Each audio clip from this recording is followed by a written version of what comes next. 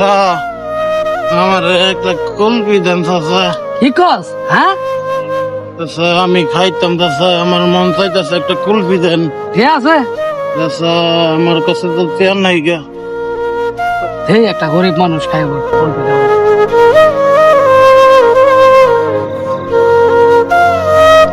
ভাই নে।